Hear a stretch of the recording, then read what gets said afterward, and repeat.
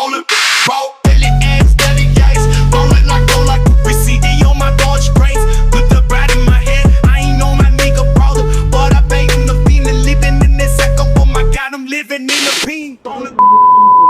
Assalamualaikum warahmatullahi wabarakatuh. Sebelumnya, terima kasih kepada Pak Nasrullah SEMM selaku dosen pengampu pada mata kuliah Manajemen Strategi yang telah memberikan kesempatan kepada kelompok kami untuk menjelaskan materi mengenai pertumbuhan pangsa pasar dan implikasinya. Sebelumnya, izinkan kami untuk memperkenalkan diri terlebih dahulu. Kami dari kelompok 2.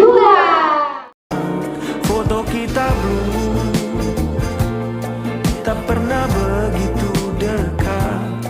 Foto kita belum kini memori. Yang beranggotakan 8 orang, yaitu saya sendiri, Tiara Yuriska, Saya Indah Haryani, saya RR-nya Vici Napaska, Saya Anissa Nabila, saya Wirja Tiara Putri Nabila, saya Siva Amelia, saya Widya Fitriani, saya Tamara Melia.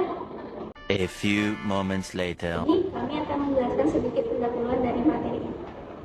Dalam dunia bisnis yang semakin kompetitif, perusahaan tidak hanya dituntut untuk menghasilkan produk yang berkualitas, tetapi juga harus mampu mempertahankan dan meningkatkan posisinya di pasar. setiap perusahaan pasti ingin mendapatkan keuntungan yang lebih besar, menjadi objek utama, serta memperluas pangsa pasarnya. Tetapi dalam perusahaan tersebut, mereka harus menentukan kondisi pasar yang mereka hadapi. Salah satu indikator yang sering digunakan untuk menilai keberhasilan perusahaan adalah pangsa pasar atau market share. Pangsa pasar menunjukkan seberapa besar kemampuan perusahaan dalam menguasai pasar dibandingkan para pesaingnya. Selain itu, perusahaan juga perlu memahami pertumbuhan pasar, market growth, karena pertumbuhan pasar dapat menunjukkan peluang prospek suatu industri di masa depan. Perusahaan yang mampu meningkatkan market share di pasar yang sedang tumbuh biasanya memiliki peluang yang lebih besar untuk berkembang dibandingkan perusahaan yang hanya bertahan di pasar yang mengalami stagnasi atau penurunan. Oleh karena itu, pemahaman mengenai pertumbuhan pasar dan pangsa pasar menjadi sangat penting dalam penyusunan strategi bisnis. Jadi, melalui materi ini, kita akan mempelajari konsep pertumbuhan pasar, jenis-jenis pangsa pasar, matriks pertumbuhan pangsa BCG, matriks pertumbuhan pangsa pasar atau MP3, pentingnya market share, serta cara mengukur keberhasilan perusahaan dalam menguasai pasar. Selamat menyaksikan video kami. Oke, di sini saya akan menjelaskan materi yang pertama yang akan kelompok kami bahas, yaitu ada pertumbuhan pasar. Yang pertama, saya akan menjelaskan pengertian pertumbuhan pasar. Pertumbuhan pasar adalah peningkatan ukuran pasar dalam suatu periode tertentu yang dapat dilihat dari meningkatnya jumlah konsumen, volume penjualan, nilai transaksi, maupun permintaan terhadap suatu produk atau jasa. Dalam ilmu pemasaran, pasar tidak hanya dipandang sebagai tempat terjadinya transaksi jual beli, tetapi juga sebagai kumpulan konsumen yang memiliki kebutuhan dan kemampuan untuk membeli suatu produk. Karena kebutuhan dan perilaku konsumen yang selalu berubah, maka pasar juga akan mengalami perubahan dari waktu ke waktu. Pertumbuhan pasar menunjukkan apakah suatu industri sedang berkembang, stagnan, atau mengalami penurunan. Informasi ini sangat penting karena dapat membantu perusahaan dalam menentukan strategi bisnis yang tepat. Sebagai contoh, saya akan membahas industri smartphone. Industri smartphone mengalami pertumbuhan yang sangat pesat dalam beberapa tahun terakhir karena perkembangan teknologi dan meningkatnya kebutuhan masyarakat terhadap perangkat digital. Sebaliknya, industri telepon rumah mengalami penurunan karena sebagian besar masyarakat beralih menggunakan telepon seluler. Selanjutnya, saya akan membahas pentingnya pertumbuhan pasar. Pertumbuhan pasar memiliki peranan yang sangat penting bagi perusahaan karena dapat memberikan gambaran mengenai peluang bisnis yang tersedia. Apabila pasar mengalami pertumbuhan yang tinggi, maka perusahaan memiliki peluang untuk meningkatkan penjualan dan memperluaskan bisnisnya. Sebaliknya, jika pasar mengalami penurunan, perusahaan harus lebih berhati-hati dalam melakukan investasi. Pertumbuhan pasar juga sering dijadikan dasar dalam pengambilan keputusan strategi, seperti pengembangan produk, penambahan kapasitas produksi, perluasan wilayah pemasaran, penentuan target penjualan, dan juga pengalokasian anggaran promosi. Dengan mengetahui tingkat pertumbuhan pasar, perusahaan dapat mengurangi risiko bisnis dan memanfaatkan peluang yang ada secara lebih efektif. Selanjutnya ada 5 faktor-faktor yang mempengaruhi pertumbuhan pasar. Pertama adalah faktor teknologi. Faktor teknologi merupakan salah satu faktor utama yang mendorong pertumbuhan pasar. Munculnya teknologi baru seringkali menciptakan kebutuhan baru di masyarakat. Contohnya adalah perkembangan internet yang melahirkan berbagai industri seperti e-commerce, vintage, layanan streaming, dan media sosial. Teknologi juga dapat menyebabkan perubahan besar dalam pola konsumsi masyarakat sehingga mempengaruhi pertumbuhan suatu pasar. 2. Faktor ekonomi. Kondisi ekonomi suatu negara sangat mempengaruhi daya beli masyarakat. Ketika ekonomi tumbuh dengan baik, pendapatan masyarakat meningkat sehingga konsumsi barang dan jasa juga meningkat. Sebaliknya, ketika terjadi krisis ekonomi, masyarakat cenderung mengurangi pengeluaran sehingga pertumbuhan pasar menjadi lebih lambat. Ketiga ada faktor sosial dan budaya. Perubahan gaya hidup masyarakat dapat menciptakan peluang pertumbuhan pasar baru. Sebagai contoh, meningkatnya kesadaran masyarakat terhadap kesehatan menyebabkan meningkatkannya permintaan terhadap makanan sehat, produk organik, serta layanan kebugaran. Perusahaan yang mampu memahami perubahan perilaku konsumen biasanya lebih mudah memanfaatkan peluang tersebut. Keempat ada faktor demografi. Demografi biasanya berkaitan dengan jumlah penduduk, usia, tingkat pendidikan, dan persebaran penduduk. Negara dengan jumlah penduduk besar seperti Indonesia memiliki potensi pasar yang sangat luas karena jumlah konsumennya yang juga besar. Perubahan struktur usia penduduk juga dapat mempengaruhi pertumbuhan pasar tertentu. Kelima ada faktor pemerintah. Kebijakan pemerintah dapat mempercepat maupun memperlambat pertumbuhan pasar. Misalnya pemberian subsidi kendaraan listrik dapat meningkatkan permintaan kendaraan listrik. Sebaliknya, kenaikan pajak terhadap produk tertentu dapat mengurangi minat masyarakat untuk membeli produk tersebut. Nah, ada tahapan pertumbuhan pasar. Dalam siklus hidup produk, pasar umumnya mengalami 4 tahap utama. Yang pertama ada tahap perkenalan atau introduction. Pada tahap ini, produk baru diperkenalkan kepada masyarakat. Karakteristiknya penjualan masih rendah, konsumen belum mengenal produk, biaya promosi tinggi, resiko bisnis besar. Yang kedua ada tahap pertumbuhan atau growth. Pada tahap ini mulai diterima oleh konsumen. Karakteristiknya penjualan meningkat pesat, keuntungan meningkat, pesaing mulai bermunculan. Ketiga ada tahap kedewasaan atau maturity. Pasar mulai mencapai titik jenuh. Karakteristiknya pertumbuhan melambat, persaingan semakin ketat, perusahaan fokus mempertahankan pelanggan. Yang terakhir ada tahap penurunan atau decline. Permintaan terhadap produk mulai menurun. Penyebabnya bisa berupa munculnya teknologi baru, perubahan tren konsumen, pergeseran kebutuhan masyarakat. Nah, cara mengukur pertumbuhan pasar itu ada rumusnya. Pertumbuhan pasar sama dengan persen. Sama dengan penjualan tahun ini dikurang penjualan tahun lalu dibagi penjualan tahun lalu dikali 100%. Contohnya adalah penjualan industri minuman tahun 2023 sama dengan 500 miliar dan tahun 2024 sama dengan 650 miliar. Maka 650 dikurang 500 dibagi 500 dikali 100% sama dengan 30%. Artinya industri tersebut mengalami pertumbuhan sebesar 30%. Baiklah, saya akan menjelaskan mengenai jenis-jenis pangsa pasar. Sebelum menjelaskan jenis-jenisnya, saya akan menjelaskan pengertiannya terlebih dahulu. Jadi, apa sih pangsa pasar itu?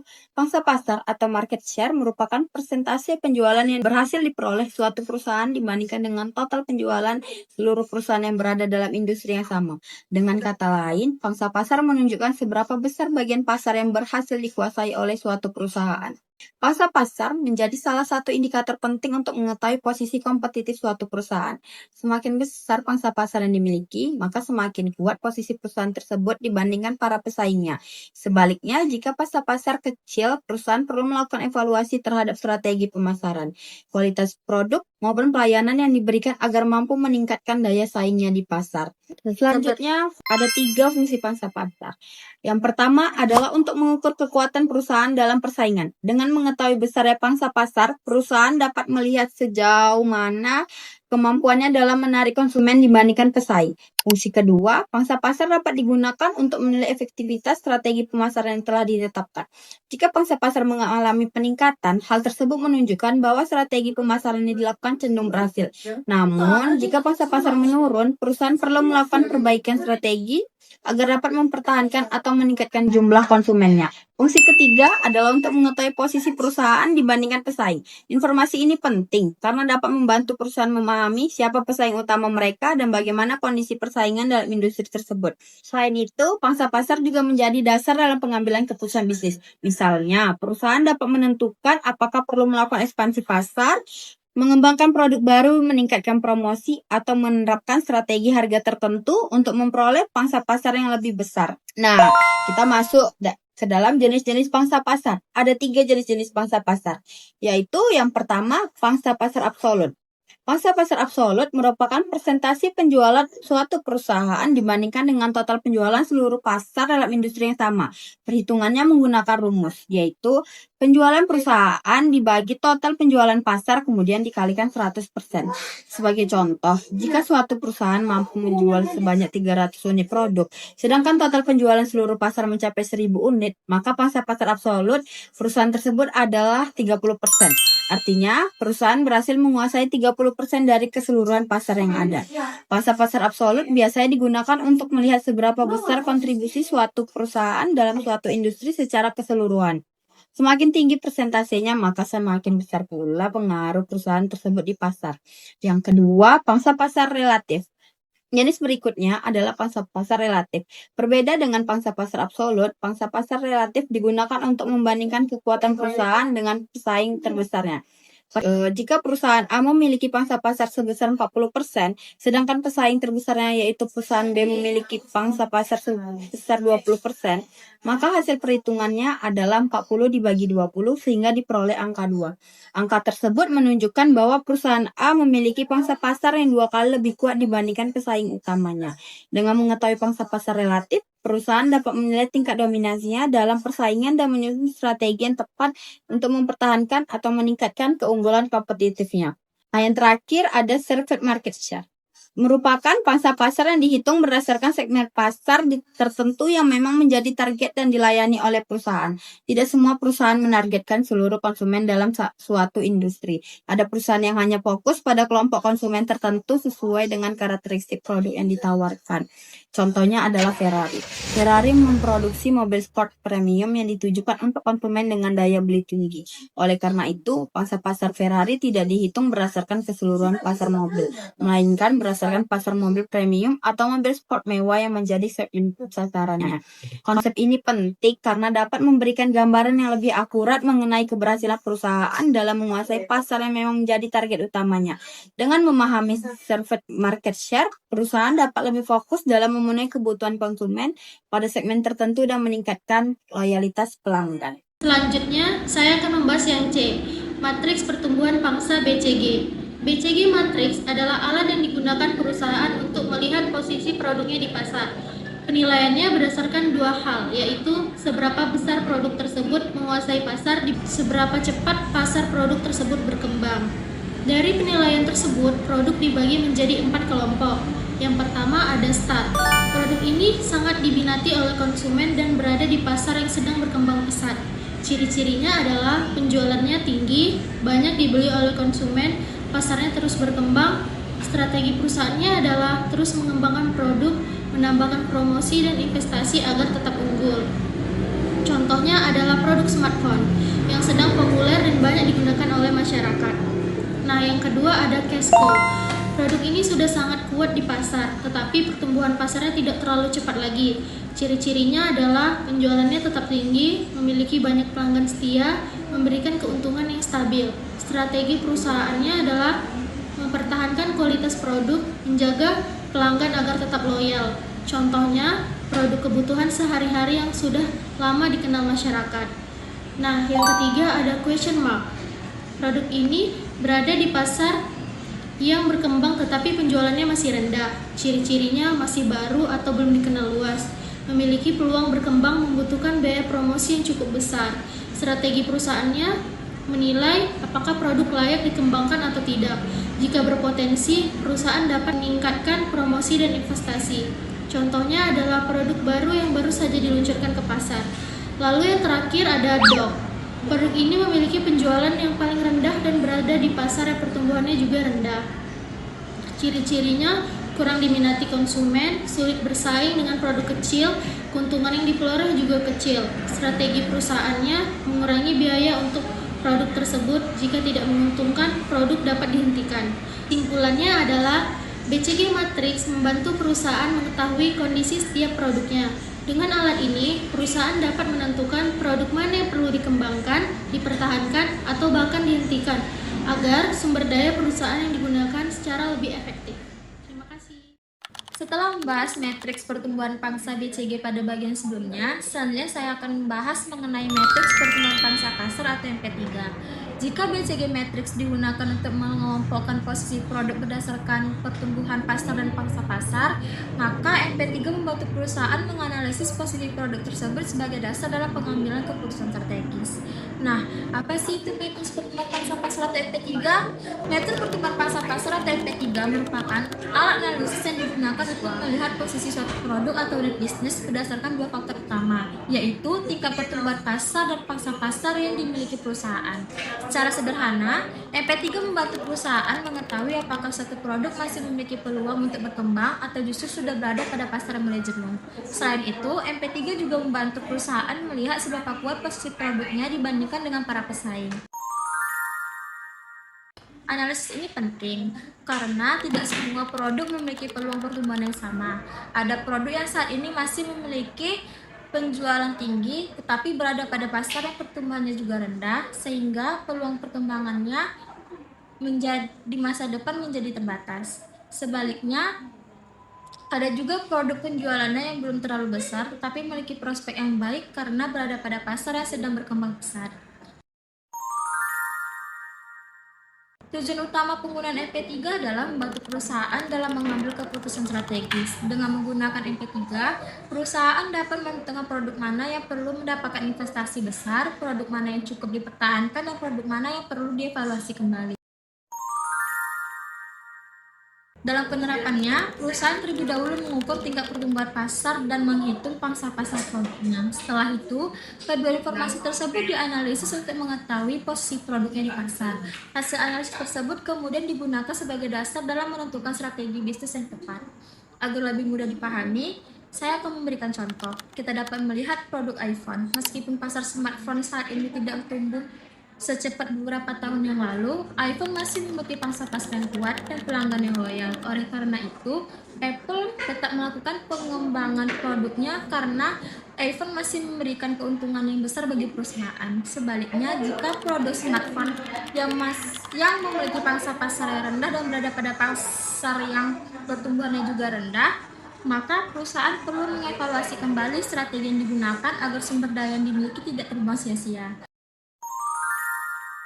Selain membantu dalam pengambilan keputusan, MP3 juga bermanfaat dalam membantu perusahaan menentukan prioritas penggunaan sumber daya, seperti dana, tenaga kerja, dan waktu, sehingga perusahaan yang lebih fokus pada produk yang memiliki potensi pertumbuhan yang baik. MP3 memiliki keterbatasan karena hanya berfokus pada pertumbuhan pasar dan pangsa pasar. Faktor lain seperti perkembangan teknologi, kondisi ekonomi, dan perubahan perilaku konsumen belum sepenuhnya diperhitungkan dalam analisis ini. Bahwa MP3 merupakan alat analisis yang membantu perusahaan memahami posisi produknya di pasar. Dengan mengetahui tingkat pertumbuhan pasar dan pangsa pasar yang dimiliki, perusahaan dapat menentukan strategi yang lebih tepat sehingga mampu meningkatkan daya saing dan mencapai pertumbuhan bisnis yang berkelanjutan. Di bagian ini, saya akan menjelaskan tentang bagaimana pentingnya market share di sebuah perusahaan.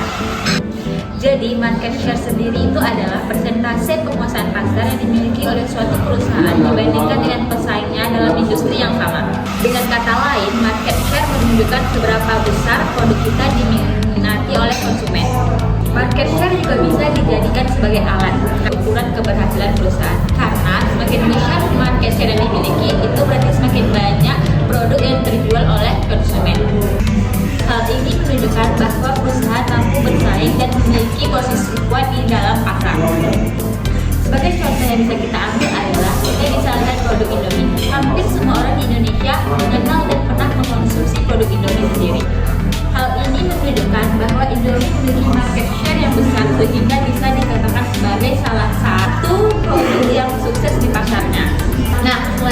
sebagai salah satu ukuran keberhasilan perusahaan, market share juga memiliki beberapa manfaat penting yang wajib kita ketahui. Antara lain sebagai berikut. Yang pertama, untuk mengukur kekuatan kompetitif sebuah perusahaan. Artinya, kita bisa melihat seberapa kuat posisi perusahaan dengan posisi pesaing lainnya. Contohnya, dibandingkan dengan merek mie instan lainnya, Indomie lebih sering kita gunakan sebagai konsumen, sehingga posisinya lebih unggul di pasar. Kedua, menunjukkan kepercayaan konsumen. Jika suatu produk memiliki market share yang tinggi, itu berarti banyak konsumen yang tertarik pada barangnya atau produknya. Misalnya, orang memilih Indomie pasti karena sudah yakin dengan rasa dan kualitas yang dimiliki oleh Indomie sendiri. Selanjutnya, yang ketiga, meningkatkan profitabilitas atau keuntungan yang dimiliki sebuah perusahaan. Semakin banyak produk yang terjual, maka semakin banyak juga keuntungan yang dimiliki oleh perusahaan. Karena artinya produk tersebut laku dijual di pasaran. Contoh yang bisa saya ambil sendiri adalah karena Indomie terjual dalam jumlah besar setiap hari dalam skala yang besar, maka profit yang didapat juga sangat sekali. Keempat, menciptakan efisiensi produksi.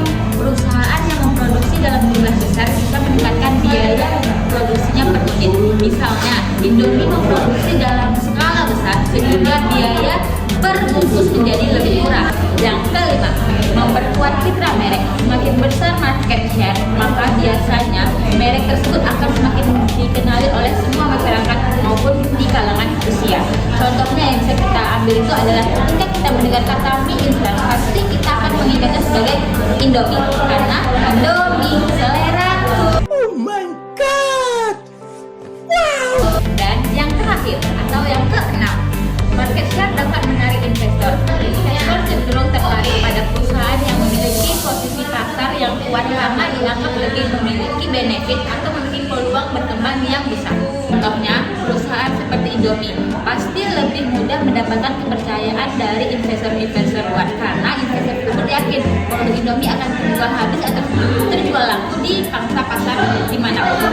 Jadi dapat disimpulkan dari materi yang saya sampaikan tadi adalah market share itu sangat penting bagi perusahaan. Karena apa? Market share tidak hanya untuk menguji tingkat keberhasilan suatu perusahaan, tetapi market share juga menjadi cerminan perusahaan di kekuatannya, serta kita dapat kepercayaan konsumen, efisiensi produksi, atau kita dapat menarik investor di masa depan dan kita akan mendapatkan keuntungan yang sebanyak-banyaknya. Selanjutnya materi yang akan disampaikan oleh teman saya.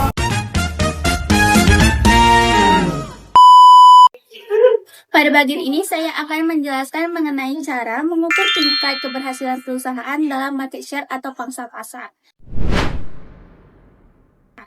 Market share merupakan persentase penguasaan pasar yang dimiliki oleh suatu perusahaan dibandingkan dengan total penjualan seluruh perusahaan yang berada dalam industri yang sama. Pangsa pasar menjadi salah satu indikator penting yang digunakan untuk menilai posisi perusahaan dalam persaingan bisnis. Semakin besar market share yang dimiliki suatu perusahaan, maka semakin besar juga kemampuan perusahaan tersebut dalam menarik dan mempertahankan pelanggan. Oleh karena itu, banyak perusahaan menjadikan market share ini sebagai salah satu ukuran keberhasilan usaha mereka.